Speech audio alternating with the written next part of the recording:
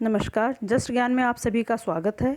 आज मैं आपके सामने वसंत भाग 2 का पाठ 4 लेकर प्रस्तुत हुई हूँ, जिसका शीर्षक है कठपुतली। यह भवानी प्रसाद मिश्र द्वारा लिखा गया है। इस वीडियो में मैं इसके प्रश्नोत्तर लेकर प्रस्तुत हुई हूँ, जो इस प्रकार से है। सर्वप्रथम शब्दार्थ। गुस्से से उबली, क्रोधित हो गई या क्रोध आना, पाँव पर छोड़ देना, अपने ऊपर निर्भर होना या आत्मनिर्भर होना, मन के छंद छुए, मन की बात सुनना, इच्छा जगना, चाहत उत्पन्न होना। अब गद्यांश संबंधित प्रश्नोत्तर जो इस प्रकार से हैं। कठपुतली क्यों क्रोधित हो गई? उत्तर, धागे में बंधे बंधे तथा दूसरों के इशारे पर नाचते नाचते कठपुतली क्रोधित हो गई। प्रश्न नंबर 2, मुझे मेरे पाँव पर छोड़ दो से कठपुतली का क्या तात्पर्य है? कठपुतली आत्मनिर्भर होना चाहती हैं, अपनी इच्छा से कार्य करना चाहती हैं, इसीलिए उसने ऐसा कहा। प्रश्न नंबर 3, कठपुतली के आगे पीछे धागे क्यों बंधे हैं? उत्तर, कठपुतली के आगे पीछे धागे इसलिए बंधे हैं क्योंकि वह दूसरों के इशारे पर नाच रही थी। प्रश्न नंबर 4, अन्य कठपुतलियों की क्या प्रतिक्रिया हुई? उत्तर, पहली कठपुतली के स्वतंत्र होने के निर्णय का समर्थन अन्य कठपुतलियों ने किया। वे मिलकर आगे बढ़ने को तैयार थीं। प्रश्न नंबर 5, पहली कठपुतली क्या सोचने लगी? उत्तर, अन्य कठपुतलियों के समर्थन के बाद पहली कठपुतली सोचने लगी कि क्या बंधन तोड़ना उचित है? स्वतंत्र होने पर सभी खुश रह पाएंगे या नहीं? प्रश्न नंबर 6, कठपुतलियाँ कविता का उद्देश्य क्या है? इस कविता के माध्यम से भवानी प्रसाद जी यह कहना चाहते हैं कि पराधीन होकर कोई भी अपना जीवन जी नहीं सकता या जीना नहीं चाहेगा, लेकिन स्वतंत्रता का जीवन कैसा होगा, क्या वे उस हेतु संघर्ष कर पाएंगी, यह सोचकर भी वे डरती हैं। अब है आपकी पाठ्य पुस्तक संबंधी प्रश्न उत्तर हैं, जो इस प्रकार से हैं। पहला प्रश्न है, कठपुतली को गुस्सा क्यों आया? कठपुतली को गुस्सा इसलिए आया क्योंकि उसे चारों ओर से धागों के बंधन से बांध रखा था तथा वह दूसरों के इशारे पर नाच रही थी। इस बंधन से वह दुखी थी। वह स्वतंत्र रहना चाहती हैं तथा दूसरों के अधीन काम न करके अपने पांव पर खड़ा होना चाहती हैं।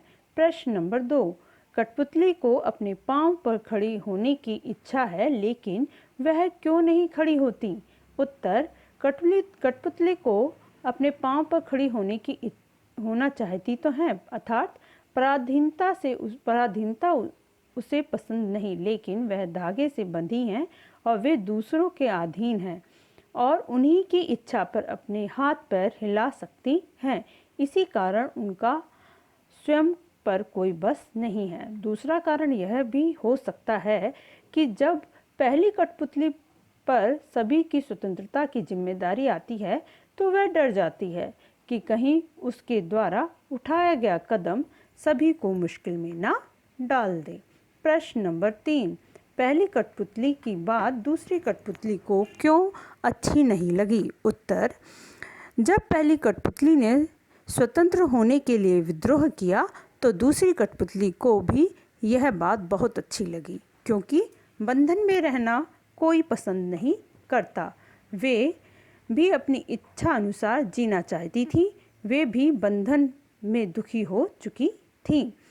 प्रश्न नंबर 4, पहली कठपुतली ने स्वयं कहा कि ये धागे क्यों हैं मेरे पीछे आगे, इन्हें तोड़ दो, मुझे मेरे पांव पर छोड़ दो। तो फिर वह चिंतित क्यों हुई कि मेरे मन में जगी ये कैसी इच्छा? नीचे दिए वाक्य की सहायता से अपने विचार व्यक्त कीजिए। फर्स्ट पॉइंट है, उसे दूसरी कठपुतली की जिम्मेदारी महसूस होने लगी। सेकंड पॉइंट है, उसे शीघ्र स्वतंत्र होने की चिंता होने लगी। थर्ड, वह स्वतंत्रता की इच्छा से साकार करने तथा स्वतंत्रता को हमेशा बनाए रखने के उपाय सोचने लगी। नेक्स्ट पॉइंट है, वह डर गई क्योंकि उसकी उम्र कम थी। उत्तर, कठपुतली अपने पांव पर खड़ी होना चाहती थी, अर्थात पराधीनता उसे पसंद नहीं, लेकिन खड़ी नहीं होती, क्योंकि जब उस पर सभी कठपुतलियों की स्वतंत्रता की जिम्मेदारी आती है तो वह डर जाती है। उसे ऐसा लगता है कि कहीं उसका उठाया गया कदम सबको मुश्किल में न डाल दे, और दूसरों के सहारे ही जी रही थी। वह भी दूसरों के सहारे ही जी रही थी। यहाँ आएगा अब तक दूसरों के सहारे जी रही थी, ये बाय मिस्टेक है। यहाँ आएगा अब तक वह दूसरों के सहारे ही जी रही थी। दुनिया का उन्हें इतना अनुभव नहीं था। साथ ही स्वतंत्रता प्राप्त करने के बाद उसे बनाए रखना भी तो जरूरी होता है, इसीलिए कथनी और करनी में अंतर होता है, जिसे कठपुतली समझ चुकी थी। अब कविता से आगे प्रश्न नंबर 5। बहुत दिन हुए इस पंक्ति का हमें अपने मन के छंद छुए। अर्थ और क्या हो सकता है? अपने पृष्ठ पर दिए हुए वाक्यों की सहायता से सोचिए और अर्थ लिखिए। फर्स्ट दे रखा है, बहुत दिन हो गए हैं मन में कोई उमंग नहीं आई। सेकंड है, बहुत दिन हो गए हैं मन के भीतर की कविता सी कोई बात नहीं उठी जिनमें छंद हो या लय हो। थर्ड है, बहुत दिन हो गए गुनगुनाने का मन नहीं हुआ। और फोर्थ है, बहुत दिन हो गए मन का दुख दूर नहीं हुआ और न मन में खुशी आई। उत्तर है, बहुत दिन हुए हमें अपने मन के छंद छुए। पंक्ति का अर्थ यह है कि बहुत दिन हो गए हैं, मन का दुख दूर नहीं हुआ है और न ही मन में खुशी आई है, अर्थात हमने अपनी मन की बात नहीं सुनी है। क्वेश्चन नंबर 6 नीचे दे रखा है।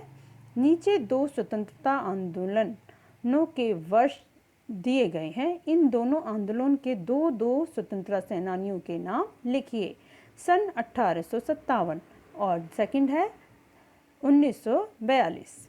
तो 1857 में हमने अपनी 6 क्लास की एक पाठ था हमारा लक्ष्मीबाई ना, वो भी उन्होंने भी 57 में ही अपने क्रांति लेके आई थी। तो एक लक्ष्मीबाई हमारी हो गई, दूसरा वीर कुंवर सिंह हो गए, तीसरा तात्या टोपे, फिर मंगल पांडे।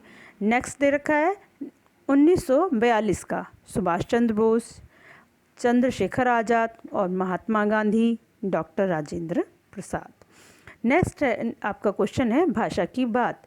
कई बार जब 2 शब्द आपस में जुड़ते हैं तो उनके मूल रूप में परिवर्तन हो जाता है। कठपुतली शब्द में भी इस प्रकार का सामान्य परिवर्तन हुआ है। जब काठ और पुतली 2 शब्द एक साथ हुए तो कठपुतली शब्द बन गए और इससे बोलने में सहायता आ गई, सरलता आ गई। इस प्रकार के कुछ शब्द बनाइए।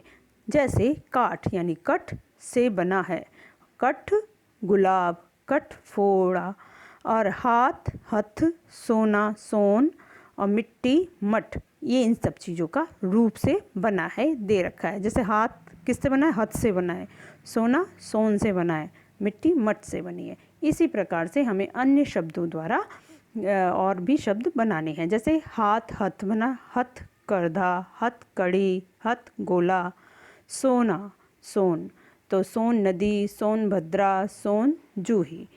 मिट्टी मठ, मठ मैला, मटका और माठ। नेक्स्ट आपका क्वेश्चन भाषा की बात से दिया गया है। कविता की भाषा में लय या तालमेल बनाने के लिए प्रचलित शब्दों और वाक्यों में बदलाव होते हैं। जैसे पीछे अधिक आगे प्रचलित शब्दों की जोड़ी है, लेकिन कविता में आगे पीछे की से ध्वनि का बोल में धागे का आगे प्रयोग हुआ है। यहाँ तालमेल है। इस प्रकार के शब्दों की जोड़ियों में आप भी परिवर्तन कीजिए। आपकी कविता में दे रखा है, नॉर्मली हम बोलते हैं पीछे आगे पीछे, और लेकिन हमारी जो कविता में दे रखा है वो क्या दे रखा है? आगे पीछे। तो उन्होंने कहा कि ये हम तालमेल बनाने के लिए देते हैं, यानी कविता को थोड़ा अच्छा बनाने के लिए हम थोड़ा सा परिवर्तन कर देते हैं।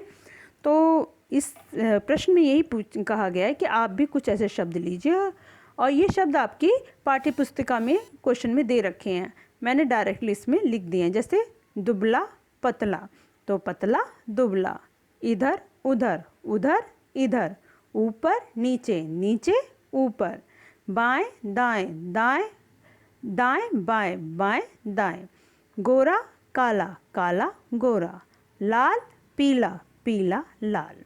इस प्रकार से हमारा ये पाठ समाप्त होता है। उम्मीद करती हूँ कि आपको यह पाठ अच्छे से समझ में आ गया होगा। आगे का जो हमारा पाठ है वह है मिठाई वाला, पाठ नंबर 5, जो भगवती प्रसाद वाजपेयी द्वारा लिखा गया है। आगे के पाठ के लिए आप मेरे चैनल को सब्सक्राइब कर लें, जिससे कि मेरी जो नई वीडियो है उसका नोटिफिकेशन सबसे पहले आपके पास पहुंच सके।